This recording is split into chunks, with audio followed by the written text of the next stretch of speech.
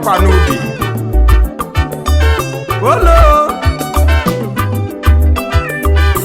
mkpọbụla na-akwa n'ubi akpọba nnukwu ka a na-akwara ya etu a ka o mere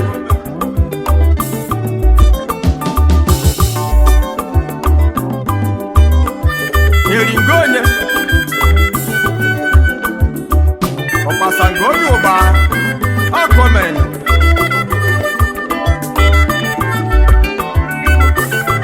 marakwa na dinta ọbụla magburu enwe n'ụzọ ya lụra nderi ekwele n'akanụ egwu egwu egwu egwu onye anyị bịara ikwu maka ya bụ Chief Ikemefulu Obiọzọ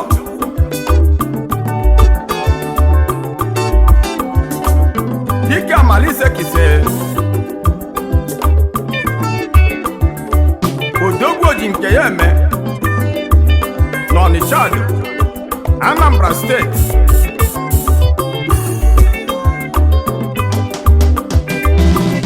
ụmụnne na-abịa m ọzọ rege meza ya abịaruo na egwu ọma m Chineke nyere m egwu ọma ọkwa anya ka m bụrụ bịa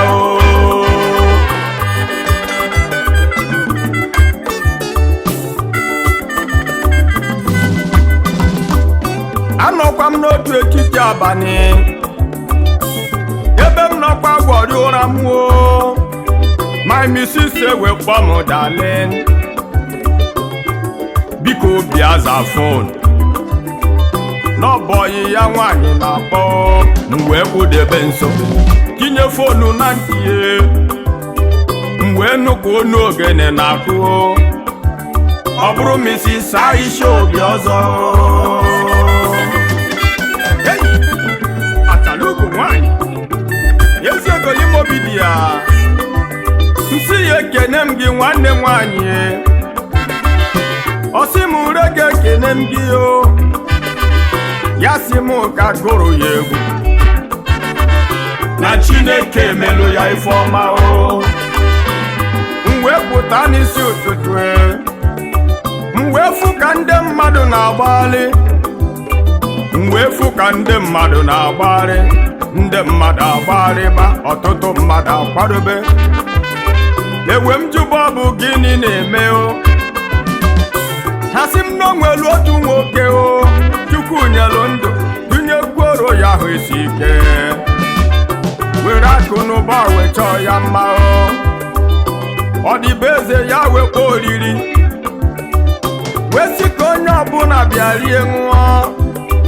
ọ na-adị n'aka mgbede na-abịa tata ebe ahụ ka mmadụ ncha na-eje onye ka anyị na-ekwu Ikemefula Obiọzọ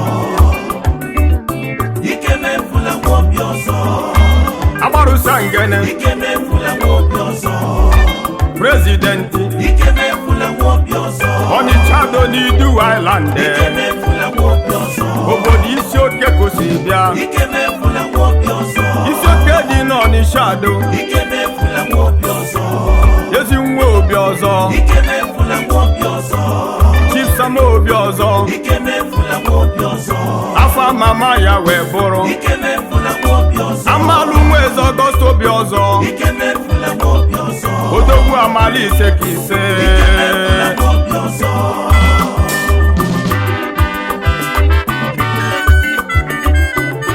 egwu dị ya egwu ndị ọgaranya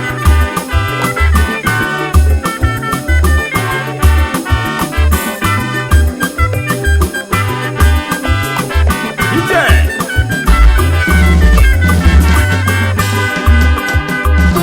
ịma na akwụkwọ nsọ kwuru wee sị nwoke ọbụla chọtara ezi nwunye n'ụwa onye ahụ chọta ife dị mma chọbanụ nwunye ụnụ a na-achọla nwaanyị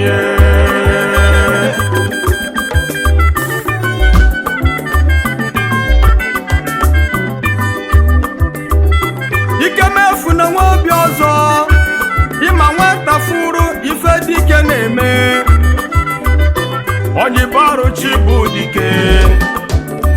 gbaba gidigidi Chibudike mana ọfụ mgbọbara chara dike n'iru obido atụtụ inu onye ụjọ na-ana n'ife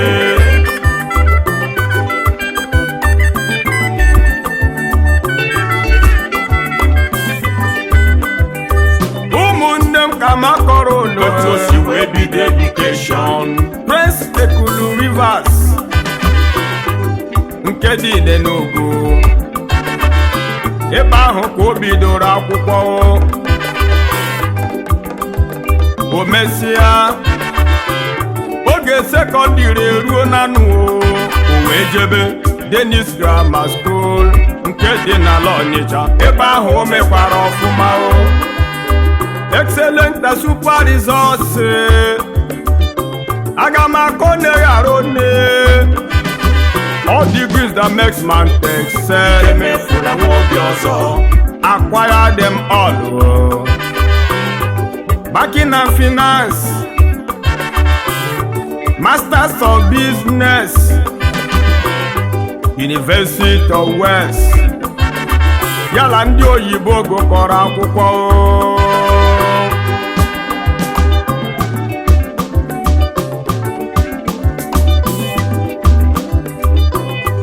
business consultant in Ireland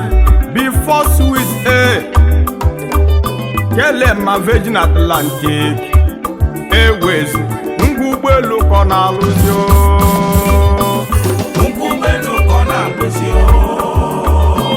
ngụgbọelu kọ na-alụzi ngụgbọelu kọ na-alụzi ngụgbọelu kọ na-alụzi egwu dị ya egwu ndị mara ife ha na-eme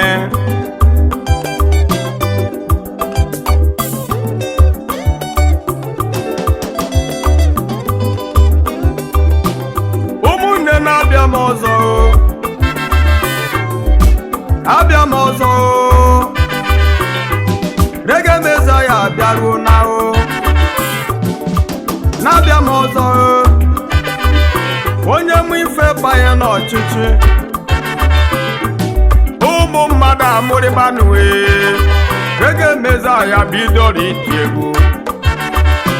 egwu na mụ na-egbuzi egwu ndị be anyị ga-enu m ntị na m gakọrọ na akụkọ nwoke ọbụla chọtara ezi nwanyị n'ụwa o kwela mkpụrụ obi ya nkwe n'igwe ike m efula kwere mkpụrụ obi ya nkwe n'igwe ụbọchị ọ chọtara Aisha obi ọzọ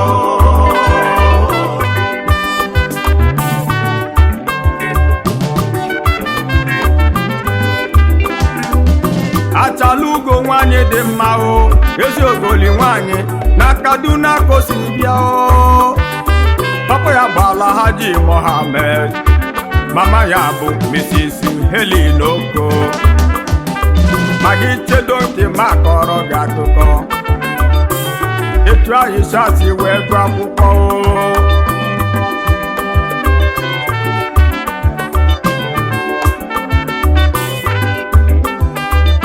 Capital Promise School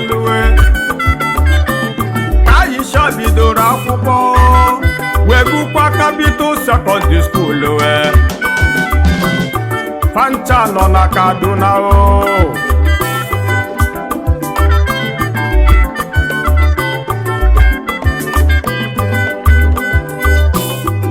Kaduna Polytechnic ka o mere OND gbadatazie na Island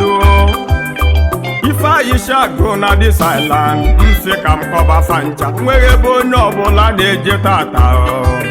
ịma na ha mụrụ ụmụ isii Precious Obiọzọ Somtochukwu Obiọzọ President Obiọzọ Master Victor Obiọzọ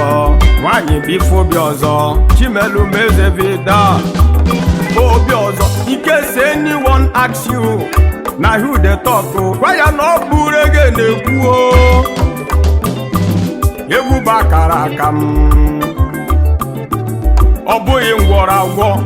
jụkwa nji na Jackson na Divinity Studios ebe m na-eti egwu m aka bara nkwa ya ekwuo Mrs. Mrs. Aisha obi ọzọ geti m agwaghị okwu ọma onye ọbụla si jide nke oji n'ụwa ya mara na nke oji dị mma biko gị malụ etu ise nete ike ma ịfụnanya were ya ga-aba n'iru nwanyị mara mma na-edozi obi asa nwa Chukwu m gọzie gị asa nwa Chukwu m gọzie gị asa nwa Chukwu m gọzie gị Aisha obi ọzọ Chukwu m gọzie gị n'ụwa asa nwa Chukwu m gọzie gị Mrs. Aisha obi ọzọ Chukwu m gọzie gị nwa ọma ịnụ asa nwa Chukwu m gọzie gị oyoyo nwanyị Chukwu m gọzie gị nwa ọma asa nwa Chukwu m gọzie gị fasị m kenelufa ụmụ nwanyị atọ Chisom obi ọzọ mụtalụ Mrs. Vicky obi ọzọ Adịaga Mrs. Chinwe Chukwura ya na Mrs. Chinwe Okeke ụmụ obi ọzọ ana m ekene unu ọ bụ na ịrụbụ ụlọ somewhere and you run out of money ịchọba help nke tata nke echi onye ka ị ga-akpọ ike mefu na nwa obi ọzọ ya bụrụ na ịchọba ọrụ n'island ịchọba ọrụ ma gafuru ọrụ ebe ọbụla ị gara agaghị nye gị ọrụ onye ka ị ga-akpọ ike mefu na nwa obi ọzọ mmadụ na-abụ Chineke nyelugo ndị na-enyelu obodo aka ndị mmadụ na-eghe ekele unu ụmụnne Chukwu gọzie unu Mrs. Aisha obi ọzọ onye ọma Mrs. Aisha obi ọzọ onye ọma Maazị Ikemefulu obi ọzọ onye ọma Ikemefulu obi ọzọ onye ọma Mrs. Aisha obi ọzọ onye ọma ụmụnne ana m ekele onye ọma